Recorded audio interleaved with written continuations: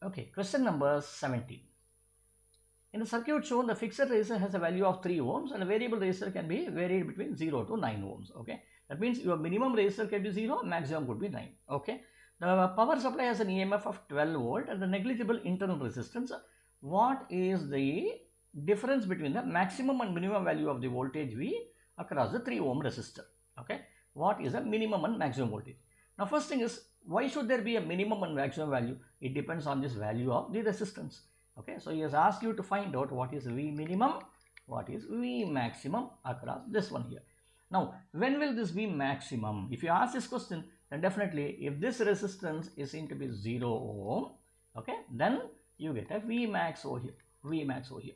And if this becomes 9 ohm, then this becomes V minimum over here, right? So we need to do that. First put 0. So what we do is, let us find out what is the total current. Put this as 0. And what is the current here? Current is equal to 12 divided by 3 plus 0. Okay. So when I do this, what do you call this? This is I max, let me call. I max, this should be equal to 4 amperes. So what is the voltage here then? Voltage V should be equal to I max multiplied by R, which should be 4 multiplied by 3, which is equal to 12 volt over here, right? The entire 12 volt get over here. So this is your maximum. And then similarly, I want, let me write V max. Then I want V minimum. What is V minimum? I need to get the value of I minimum here. How do you get I minimum? I minimum is equal to, now I am going to put this as 9 here, right? So 12 divided by 3 plus, here it was 0. Now I am putting 9 over here, which will be 12 by 12, which is equal to 1 ampere. So therefore, now what is V minimum?